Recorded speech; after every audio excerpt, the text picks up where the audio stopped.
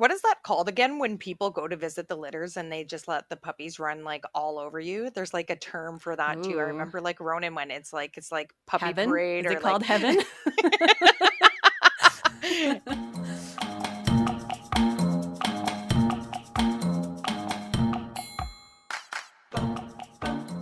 Oh my God, we've finally done it. A I podcast know. about doggos. We've been talking about it for like a month, Yes, we have. and So, here we are. my name's Heidi. And my name is Vero. We're from Ottawa, Canada, and this is episode 1 of Let's Boop Snoots. And we are recording remotely. As to socially distance during these uncertain times.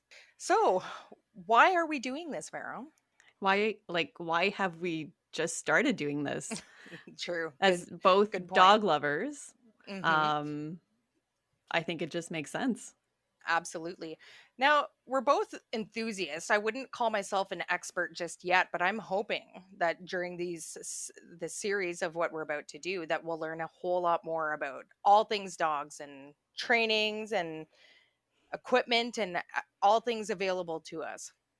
And maybe get some experts, like some trainers on the podcast that can help us out and give out some good information. Absolutely. So, what does Let's Boop Snoots? Where did this come from? Where did the name come Mm. from?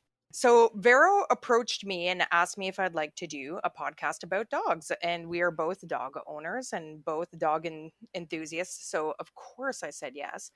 And when we were coming up with the name, there was quite a few that were on the list, but this one seemed to make the most sense to us. So boop snoots. If anybody who's a dog owner knows what boop the snoot means, it's when you gently or quickly touch just the nose of the dog, and it's just a little sort of like action of endearment.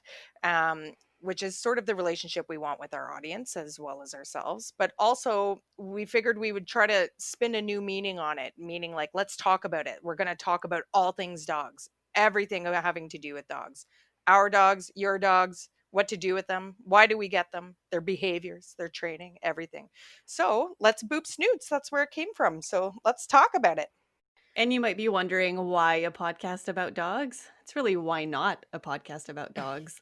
As a previous dog owner, dog lover, and future dog owner again, there's always something to learn. And I think by having a podcast about dogs, I think we'll be able to learn new things about dogs, like training, breeds. So, really, anything about dogs. And same, yeah, just being enthusiasts and what to know about them. There was a lot that I didn't know until I got both of my dogs, and there's a whole array of subjects that we'll be touching on Yes. our podcast. So you've decided that you want a dog. How to choose a dog now? Like how to choose a breed that will fit your lifestyle. According to the Canadian Kennel Club, there's 175 breeds out there. So there's a lot to choose from if you want, of course, like a purebred. And then there's a lot of other dogs that are just mix. So yeah, so you want to choose a breed that'll fit your lifestyle, the size that you want, the coat, the purpose. So if you want a dog for protective purposes or retrieving and what type of temperament you're looking for. Those are all things that you need to take into consideration. And also, what type of relationship do you want with your dog? That's something to take into account. I was just reading that the CKC, the Canadian Kennel Club, has events year round. You can find out on the CKC calendar when and where. And you can actually attend where you can ask questions to breeders about their breed, and any good breeder will be happy to answer any of your questions. And shopping for a breeder can be a tricky thing, just on while we're touching on that, because there's again, it's about your own personal choice, the vibes you get from these people. And that's another thing I didn't really realize when deciding to go with the breeder when we were getting our dog, but we'll touch upon that later. I don't know if you heard about this scam, this BC, this lady from British Columbia lately, who's been posting herself as a breeder with like an actual breeder's name and has been collecting money from people. So you got to watch out for those people too. So reputable breeders will also be registered with the Canadian Kennel Club as well, so Yeah, so that's a breeders have good to place to start. register. definitely. They need to register their purebred dogs and adhere to a code of ethics and a code of practice in order to breed their dogs. And when you do get your puppy from them, your puppy should also be registered. Yas to Hmm. the puppy registration. All right. Have you got anything else to touch upon there, Vero? Yeah, definitely. So if you're looking to get a puppy from a breeder, so yeah, you want to make sure that they're registered with the CKC, the Canadian Kennel Club. They have all their health clearances, so certified hips, elbows, heart and eyes, and DNA tested. And you can always ask for health records. Any good breeder will be happy to share those with you. You can usually see the pedigree online, or you can ask for them. Sometimes it's good that the two parents have shown aptitude for conformation and obedience or field, because you know that those genes are passed down to your dog. And when you take your puppy home, it's the Canadian law that your puppy is microchipped or tattooed. Hmm. And yeah, I all did things to not look even know for. A that. lot of things to look for. Another thing that I'll just say really quickly there, like you said, you never really know what's fake news or not online these days. So you can look at a breeder online and they advertise as being a breeder. They put all these things down, and then you go to visit them and then you get a sketchy feeling from them. Yeah. So Again, I'm in I the got a story about process that later. Hmm. of finding a good breeder to get a puppy, and I've looked at three. Two seem like reputable breeders, and one I just got like a really weird vibe from. There's just not a lot of good reviews about this breeder online. Yeah, apparently his dogs are not registered with the CKC, although he says they are. And yeah, just I really think not good reviews. Yeah, I think in talking with them too, you get a vibe, like some of them are about the money and they talk a lot about the money. A lot of them talk about, where their dogs came from, the parents and this, and they brag on and on about it. But Hmm. I think it's important to go and visit, because when you visit, you see the environment that they're keeping their dogs in. You get to see how these people are treating their animals, and then you get a feel for the animals too. Like, are these actually like good dogs? You know? Yeah, for sure.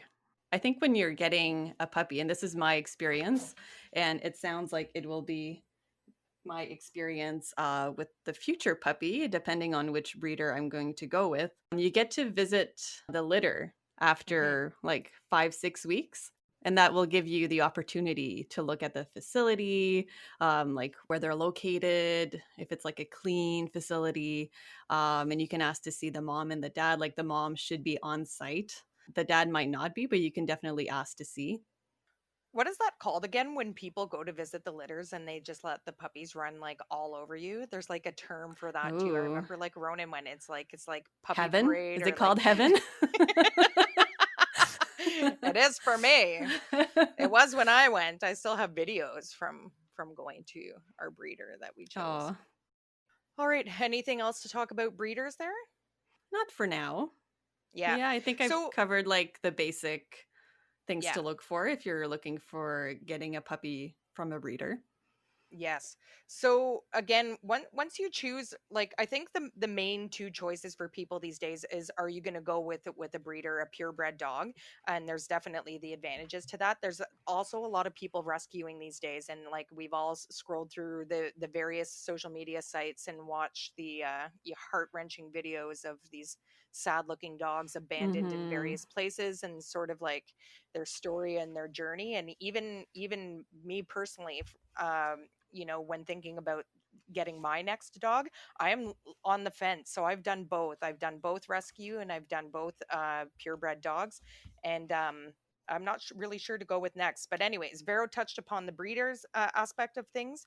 And I'll just touch briefly upon the rescue. So I think no matter what city that you're living in, there are a variety of different foster programs and rescue sites and stuff like this. And of course, there's SPCAs and humane societies for pets. By the way, I'm not sure if all of you guys know this, but we've got a special guest bear with us today. So if you hear Yes. some, some If you hear scritches, some some barking, some borking, some he's boopita snoots, that's a or little this, bear. yeah, little bear. He's so cute. Look He's at him. very, It's very like he cute. knows we're talking about him. Yeah, we'll have to definitely post a pic for on our Twitter page and our Insta account. Yes. Anyways, back to the Humane Society and rescuing processes. So most of them seem to be the same. So I can remember a long time ago when I was just a little kid, and I would spend my summers at the park that was in our neighborhood, which just happened to be right next to the Humane Society in our city. And my sister and I would go down like clockwork every single day. We would swim, and whenever we'd get bored, we would go into the Humane Society because at that time, which I won't. I'll try not to completely disclose my age here, but back in the 80s, um, you could literally walk into the place and open up any cage you wanted, touch any animal you wanted to, pick up kittens, pick up cats, pat cats, or they had some dog cages, and any of the aggressive ones or ones that were sick or whatever, they would just put a lock on the cage. So, like I said, I did a rescue for the first dog that we got, and I went back to the Humane Society. I hadn't been there since, the age of like, 7 to 12 years old. And I thought I was going to waltz in there, be like, that one, please, and leave with the dog right away. So my husband and I went in and we were like, oh, there's this dog that we're interested in. And they asked us to fill out an application process. So you are definitely going to find this no matter which foster rescue program SPCA you go with. There will be an application for sure. It asks you, most of them, about your household and sort of your general lifestyle and that sort of thing, and then only if you are a match to that dog will they let you view the animal. So I spoke to the Humane Society about this because I was sort of like flabbergasted at how different the process was throughout the years, and I sort of asked why, and I never did get an answer about why they changed their process, but there are a variety of reasons why they're a bit more particular um, about just coming to see the animals. So number one, if when you have like a complete free access to these animals from the public, there's obviously liability issues if something bites you or whatever. I'm sure they get into have their issues there. Another thing is it's very stressful for the animals, and especially for dogs, and so that's what we're speaking to more in particular. It's very excitable for them, so they're nervous, they could be excited. And what one of the contacts at the Humane Society told us, is amongst the variety of reasons, is that so you get a bunch of people in, now this dog is excited, he's got the zoomies, running around the cage like nuts, barking, jumping, and the next person who could potentially be the perfect owner for them now takes a look in the cage and goes, whoa, that dog's crazy, and on to the next, and they just keep on moving. So it's another reason why they changed the process up. But you'll notice that. So for most organizations, it will be an application followed by a visit to see how you interact with the animal and how the animal interacts with you. And then usually by a third visit where they come to look at your house. The Humane Society won't do that, but a lot of the rescue organizations will. And then if it is a match, then the adoption occurs. Yes, and I think those dogs are bounced around a lot, these rescue dogs. So family takes them, they take them in and then they return them because it's not what they expected. And they want to make sure they go to a family that will take care of them for the rest of their lives. Absolutely. And that was another thing that was mentioned. Just as a side note, during this whole COVID-19 thing, I sort of, while I had this contact on the phone from the Humane Society, I was curious because the first thing I thought when COVID hit and everybody was like, oh, now's the perfect time to get a dog. Now's the perfect time to get a dog. And there's people out there. And I had friends who were initially looking for one. And Vero, you too, I think. Hmm. It was difficult to find animals during this. And people were just rescuing and getting them up. And um, it worries me from a dog, as a dog enthusiast, because I'm thinking down the line, or even now when people start to return to normal, it's not an accurate snapshot of what these people's lifestyles are, right? Not everybody works from home. Not everybody is walking their dog, 4, 5, 6 times a day.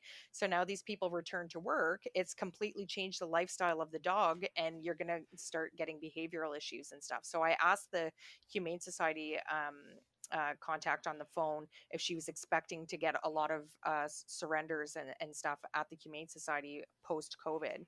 And it was interesting because, and I'm not sure what other cities did, but again, right here in ours, they stopped all adoptions as soon as COVID hit. So people were still able to fill out their applications. They were still able to, once things started to reopen again, come in and visit the different animals at their facility. But they did actually stop the adoption process, which I thought was smart. But And I think, some, yeah, sorry, I think if you go no. on the Humane Society website and you look at the dog section, like the dogs that are up for adoption, there are no dogs. Hmm. So maybe they've taken all the dogs off. The Yeah. profiles off for Yeah. now. It's just to not, Mhm. as to not tempt people. Yeah. Yeah, that's true. That is very true. So I think next we were going to just talk about our own personal when we first got our own dogs. So um again, my first dog that I ever owned, his name was Officer Scraps. He was a Beagle Border Collie mix. My husband and I, on our anniversary, on our honeymoon, sorry, our honeymoon, we went dog sledding out in Alberta. I said to him, "Can we please get a dog?" And his immediate answer was yes, much to my shock and surprise and excitement. So as soon as we returned from our honeymoon, we started looking for dogs. And when we were talking about it on our honeymoon, I said, "What kind of dog did you want?" And he grew up with a border collie, so he said a border collie, and I said, "Well, I kind of wanted a beagle just because I like the look of them." Again, like we'll touch more on this in like other episodes. Sometimes like On how to choose a breed. yes, yes. And so when we returned from our honeymoon, I checked out the Humane Society website, and there was a Beagle Border Collie mix. I mean, what are the chances, people? So it was just sort of a sign and meant to be. So we went to meet Scraps. He was 1 year old at the time. They said he'd come from a breeder, but I don't know anybody who breeds Border Collie Beagle mixes. And when we read his profile, it was kind of sketchy too. Like it said he was crate trained for up to 22 hours. And I was like, who the hell is leaving a dog in a Ooh. crate for 22 hours? Yeah. So it said he was It's afraid of kind of cruel. basements. Yes, which was true. And I'm thinking the crate was probably in the basement because that was the one place that Scraps would not follow us, was into the Oh, basement. But okay. anyways, I can remember again, I was a cat owner up until that point in my life, and I can remember bringing Scraps home from the Humane Society. So we filled out the application at the Humane Society. At the time, my husband's brother was living with us, and so again, I was fully expecting to walk out of the Humane Society with my brand new owner of a Beagle Border Collie, and they noticed that there was a third person living with us, so they would not give us Scraps until Matt's brother came down to the Humane Society to meet him as well. So that was disappointing to me, but again, I understand, have knowing more about dogs and behavior and this sort of thing, I understand it now. So Matt's brother came back with us. He met the dog, all was fine, and here we brought home this dog, and I can remember completely freaking out because I had n- not a clue what to do with this thing when he came into our house. And I was a bit of a neat freak at the time, and I was like, oh my god, he's gonna pee everywhere, he's gonna have accidents, like what have I done? And luckily my husband had some experience, and we Scraps was a great dog, and that was my first experience with a dog. It's funny that your first experience with a dog, his name is Officer Scraps, and my first dog was Chief Wiggum. Both Simpsons characters, people. Officer Scraps was like he was a very brief cameo in one of the episodes where Chief Wiggum said, "Go get him, Officer Scraps," and like with looking for somebody out in the ocean, and he just swims off into the sunset, and you never see him again. But yes, go ahead, Vero. Oh, I know. I've always been a dog person, except for when I was really young. I used to be terrified of dogs. Like if I went to a friend's house and they had dogs, they had to lock them up in a room while I was there because I was just terrified. And now I've grown into What? this person that just wants to pet all of the dogs. So as Yeah. soon as I was done university, started working, I wanted a dog and I wanted a Labrador retriever just because of their temperament, the kind of lifestyle that I had. I thought it was going to be a perfect fit. And I wanted a puppy because I wanted to do that whole, like bring a puppy home process. You kind of have a clean slate, train them, do obedience classes. So I just wanted to do all of that. And I found a good breeder near Ottawa, which is where we live. And so I went through like the whole process, like health clearances. I made sure I looked at the dog's pedigrees. We got to greet the puppy, like the litter at 5 weeks. And then the breeder, depending on what kind of temperament we were looking for, matched you with the dog that they thought was the best fit. When I picked up the dog, they would scan the microchip to make sure they had the right dog and then brought my puppy home. What I didn't know, which was kind of fun, was when you get a dog from a breeder. So the breeder has a name. So the Labrador Retriever breeder that I got Wiggum from is Moose Lake.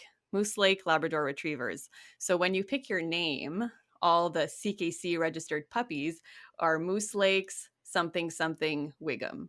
So you get to pick that something something that's in between Moose Lake and your dog's name. So I picked Moose Lake's Runnin' and Gunnin' Wiggum. And anybody who knew Wiggum, Wiggum was the total opposite of that. He was more like Moose Lake's farting and snoozing Wiggum. Or So I dozing thought that and was fun. chilling. Yep. So he Wiggum was was pretty very mellow. sweet, but like a runner and gunner, yeah, he was No. not. And yeah, that was like my first experience with a breeder. It was a great experience. They're a great breeder. I would recommend them. They were just amazing. And you can see that they really love their dogs. And I'm looking forward to my next experience. So I think it's interesting, like both, like even just chatting now, like about both of our experiences, we kind of were the opposites, right? And that's, I think, like even what goes on today for a lot of people, right? Like, so there's very much the people who are like, it's very impulsive. I'm gonna get a dog, and oh, I like the look of this one. Or Mhm. it could be something that's going on, like socially, like in the media and stuff. Like I remember when 101 Dalmatians was released close to Christmas Yes. time, they were putting out warnings like, please people, do not buy like your children Dalmatians, because again, the breed is not um conducive to a young family and that sort of thing. And they knew they were just going to end up with a bunch of Dalmatian rescues and full humane societies of Dalmatians, 101 Dalmatians at the Yes. Humane Society, which is a Yes. sad place for them to be.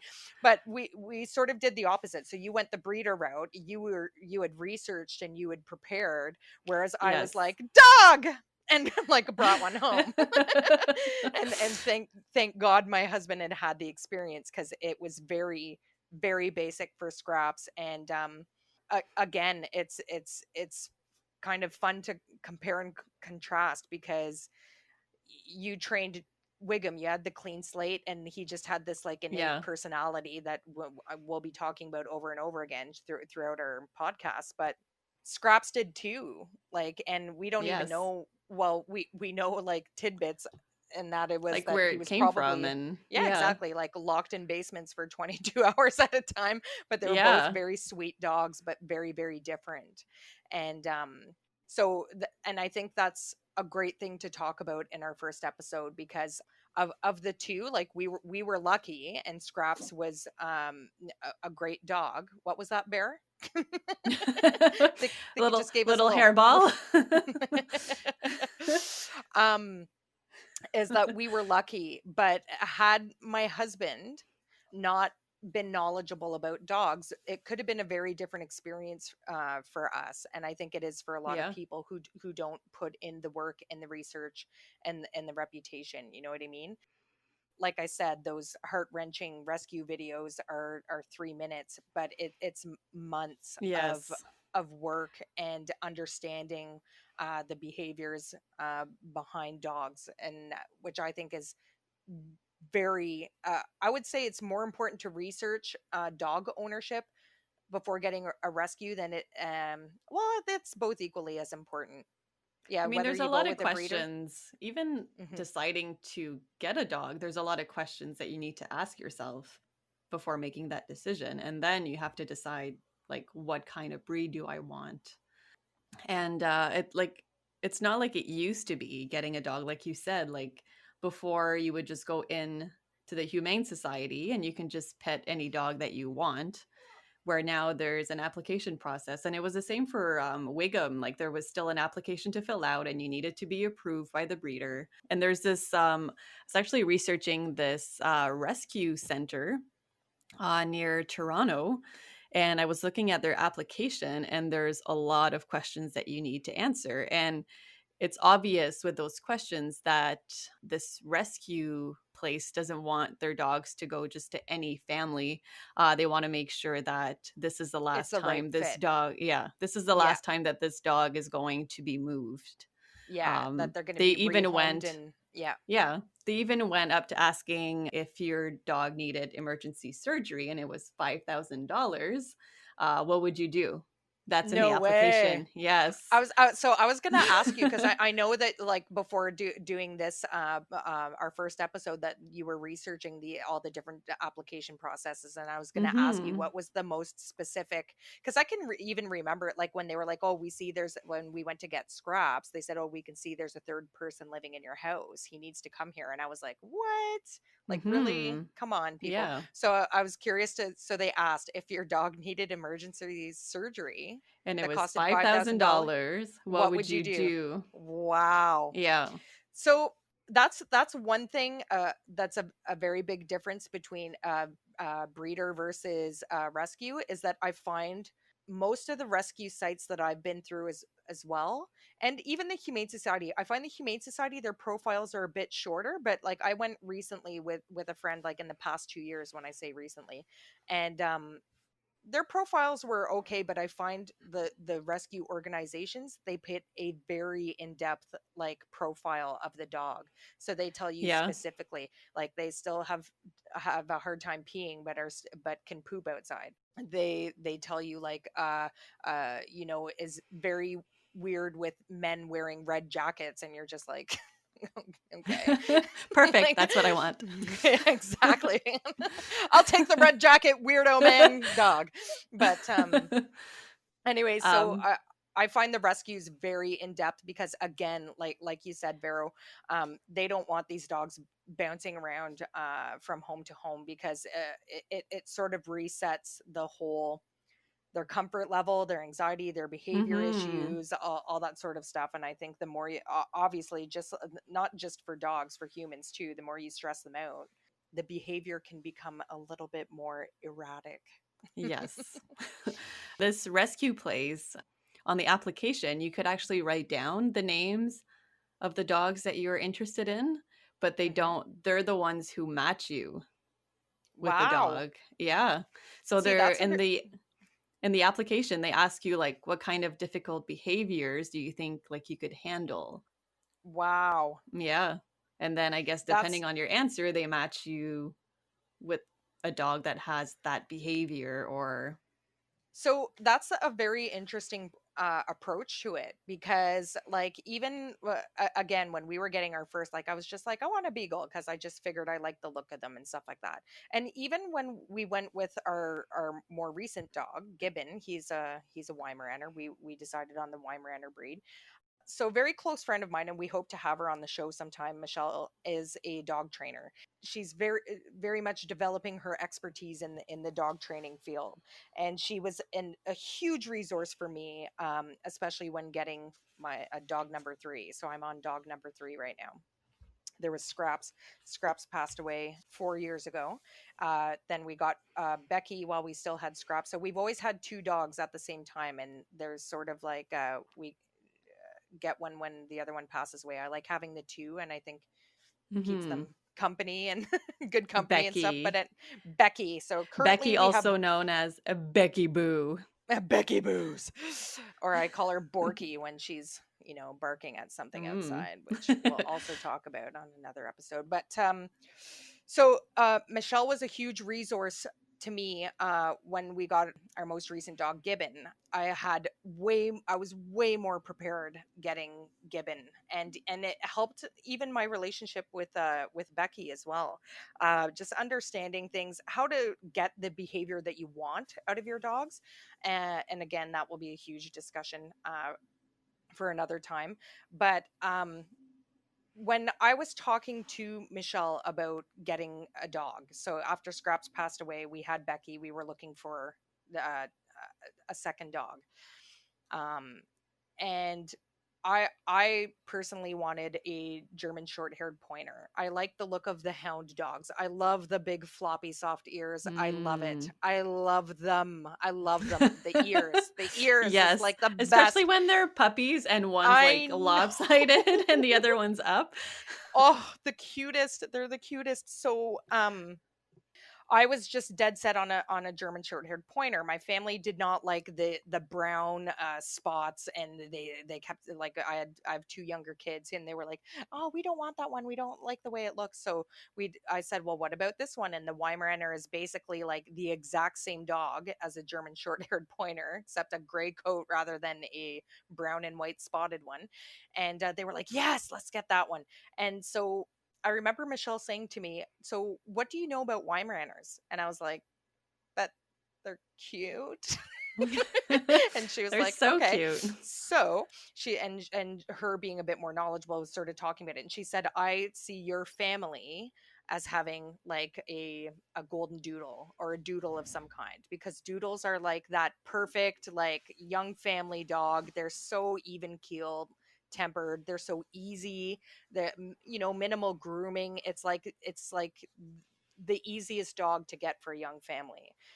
But again, like I wasn't huge like on the doodle, and I remember her asking me, because she knew that we weren't the most super active family, and so she was asking about our activity levels and like the amount of time that you need to like dog maintenance basically you wanted to put in and stuff like that. And I remember her telling me that the best breed to get for our family based on those things was a greyhound. And I was like, what the heck? A greyhound? And I just again, you make assumptions of certain breeds and stuff like that, and I thought they were like racing and that they would be easily excitable. And I can remember having a friend at a camp that we went to who rescued one, and they were setting off fireworks for Canada Day, and this dog, I've never seen a dog react that way. With every firework that went off, it was like the gunshot to a beginning of a race, because he was a Ooh. rescue race dog, right? Oh, So he wow. was just pulling on the leash, like she could He not was a running and like gunning? oh, he was a running and gunning greyhound faux show. It was insane, like watching him go nuts, because that was what he was trained. That was his job. That's what he was Yeah. trained to do. So Wow. here I am thinking like a greyhound is just like that's what their like innate instinct is to do, is to like Yeah. run like nonstop. But it's not. Apparently, they're one of the most like laziest like dogs out there, and that they'll It's because 'cause just they're like so big. well, there's big ones, but they also have like miniatures that are not big. Right. Or like a So whippet. yes, yes, Mhm. we had friends that had a whippet once, right? Catherine and Yes, Richard and Catherine. did you ever meet their dog? Yes. Was he a weirdo? No, she was a she. Her name was Yeah. Karma. Hmm. She's very sweet. Was she calm? Like whenever you went over there, Yeah. Yeah, sleeping on the very couch? calm. Yeah. There you go. Michelle nailed it. Michelle nailed it. Yeah. So yeah, those are the things to think about when choosing a dog. So you don't think, or it's almost like the same as like wedding dresses. You go into like a store thinking this is like the dress that I want, and this is Yes. what I'm getting. You think about owning a dog, and you have a dog breed in mind, and you're like, "Oh, yes, I Mhm. want that German shepherd, or I want that Doberman, or I want that whatever." And I think that you can be equally as happy with or surprised by the lifestyles of a completely different breed that you would have never necessarily thought of. Yeah, you really need to do your research on the Absolutely. breeds. Like narrow it down to 3 or 4 and then and then start looking at breeders. Yeah. And even if you, there's also sort of, we talked about, rescuing versus going with a breeder and that clean slate and stuff like that, but there's also a sort of hybrid, and there's like organizations where you can rescue a very particular breed of dog. Like Yes. there's husky rescues, and I'm sure there's Weimaraner rescues out there. I haven't looked, but I know that there's a variety of different rescues for specific breeds as well, especially like, ones that have like a bit more quirks than others do, Mhm. such Yes. as the Dalmatians, such as the Greyhounds, Yes. and that sort of thing. So I think that that's a pretty, we're off to a good start here. um Yeah, I think this might wrap episode 1. I think, just to tie it all together, I know you talked about it before, but Vero is currently in the process of getting a dog, and I know she talked about Yes. it a bit earlier. And so what? Which way are you choosing, Vero? Ooh. So I'm going the breeder way just because I really want to get a puppy and I want to do um just again like there's things with Wiggum that I feel like maybe I could have done better. And this I feel like will be my chance to do it. So yeah, I'm going the breeder way. And do you want to know which breed? Yes, I Um already know. you already know. A golden retriever. So it's What? very close to the Labrador Retriever. So I wanted the same temperament. So, but I still wanted something different. So, Golden Retriever. I And just have want you found this. a breeder? I have. So I actually completed 2 applications. And I feel like maybe because of COVID, I don't know if their waiting list is very long, but there's one breeder that I've not heard back from and one that replied within just a few hours. So this breeder sent me like what I can expect from them and just like their process and procedures for getting a puppy and how long it would take and how long am I looking at before getting a puppy. So it's 8 months to a year, and everything that was in the information that she gave me was what I was looking for. She, like, this breeder answered all my questions with their one email.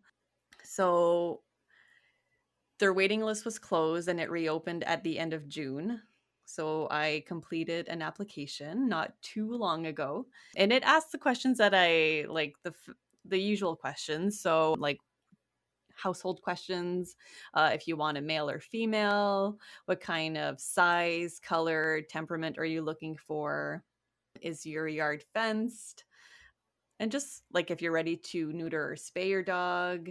And this is one question that I think even rescues ask. If you were to not be able to care for the dog anymore, you would have to return it to the breeder. So I filled out the application and they asked for a deposit, and that is all sent. And now I'm waiting. And I feel like that's a good sign of a breeder too, when they ask if things don't work out, that they bring them back so they know where their Yeah. dogs are, and they Yeah. know who their dogs are with, and they know that their dogs are being treated well. I think Oh, that's a nice speaking little of caring knowing touch. where your dogs are, this rescue place that I researched, the one that was asking, what would you do if your pet required $5,000 emergency surgery? When you pick up your dog from this rescue, you have to purchase a GPS. Whoa. Yeah, so I'm not sure if that means they want to track their dogs or make sure they're going to the I place that wonder, they're supposed to. yeah, I wonder if it's like some sort of like, I wonder if they get funding from the company, maybe. And Oh, but it's maybe. also a good thing for you to have, like, as a dog owner. Is it like implanted? Yeah. I don't Wow. know. So you purchase it when you pick up your dog and it's provided by the rescue. So maybe it Hmm. is for like maybe because these dogs are rescues and you don't know what their behavior is going to be. So let's say you open the front door and it runs out, then at least you'd be able to look at where your dog is. Maybe that's why. Yeah. That's a Yeah. good one. Interesting. Mhm. We'll have to look into that a little further. I'm curious Mhm. now. All right. So that's probably about it for episode 1. So tune in next time where we'll be talking about that moment that I sort of described that I had earlier. You brought your dog home. Now what? Uh-oh. Yeah. So join us again for Let's Boop Snoots. Let's boop snoots next week.